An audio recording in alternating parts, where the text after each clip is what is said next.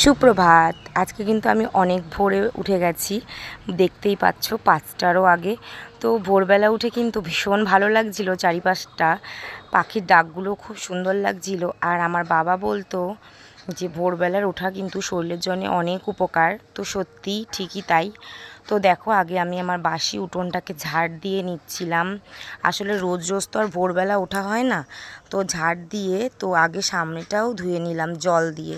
আর এখন লেপালেপি করার জায়গা নেই, মোটামুটি সবার বাড়িই কিন্তু এখন পাকা। তো তারপরে কিন্তু চলে গেছিলাম ঘরে। হ্যাঁ, ঘরে যেয়ে বাসি ঘর বারান্দাগুলো ঝাড় দিয়ে নিচ্ছিলাম, আর তারপরে কিন্তু মুছেও নিয়েছিলাম। আর সেটা কিন্তু ভিডিও করতে ভুলেই গেছি। তো তারপরে দেখো, আমার মানি প্ল্যান্টগুলো এখানে সাজিয়ে দিলাম। আসলে মানি প্ল্যান্টগুলো রাতের বেলা আমি অন্য জায়গায় রাখি, কারণ এখানে যেহেতু জায়গাটা অনেক ছোট, তাই এখানে সকালবেলা দিয়ে দিই আর রাতে কিন্তু অন্য জায়গায় রেখে দিই। তারপরে আমি সকাল সকাল স্নান সেরে নিলাম। স্নান সেরে কিন্তু দেখো রেডি হয়ে নিয়েছি।